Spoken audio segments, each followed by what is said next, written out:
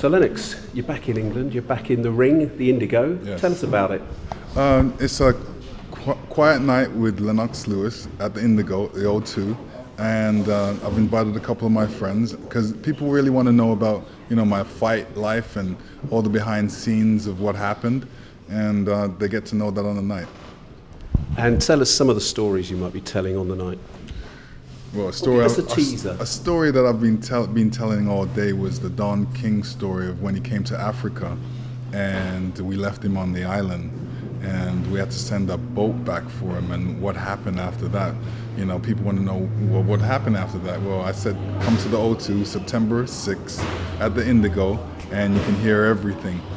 Different stories like that people want to hear. They want to see footage because footage actually brings them back into the moment. Oh, I remember that moment. Oh, it's like if they were there. And I'm going to have some of my celebrity guest friends. I'm going to have Russell Peters as a comedian. I'm going to have Vitaly there. He's going to talk to me and be asked questions.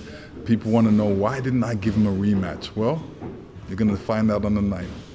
And you said earlier, one of the questions people ask you is should boxers have sex before a fight? What's the answer to that?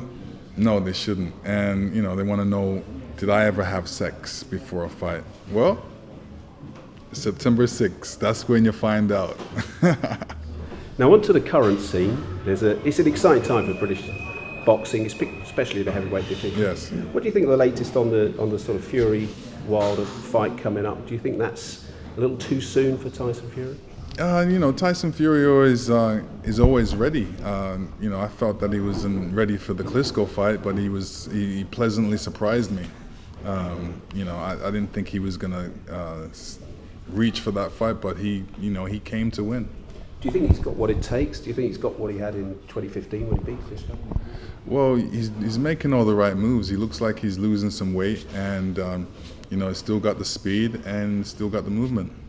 But you never had a long time out the ring. Do you think he's been away a long time, obviously, for all sorts of reasons? Yeah. Is that going to make it really hard for him? No.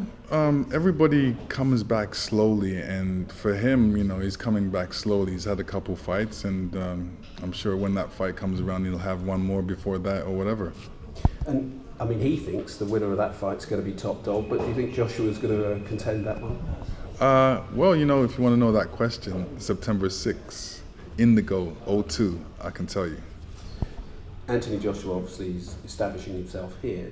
You went to the States, you fought some of the legends out there. Do you think that's what AJ needs to do to really establish himself in US fight fans' mind?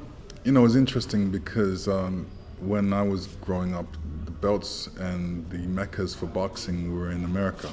Everybody wanted to box in New York, everybody wanted to box in Vegas, and all the belts were in America. Now, most of the belts are in England.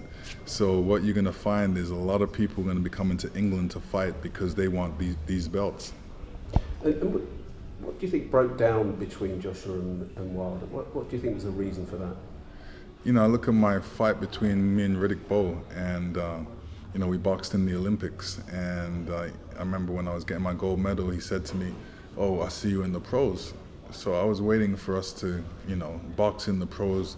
There was a fight between him and Evander Holyfield, and he was boxing Evander Holyfield for the belt before I was, and I was like, there's something funny about this. So I felt the politics of the sport can really keep you away.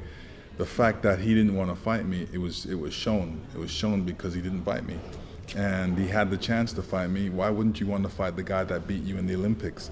He didn't fight me. And maybe that's the reason why. And, a big part of the reason was, Rock Newman. Rock Newman didn't want his gravy train to go down. So, he kept Riddick Bowe away from the fight. And so, if you think that maybe is what's happening with AJ, do you think his reputation will be damaged if he doesn't fight Wilder?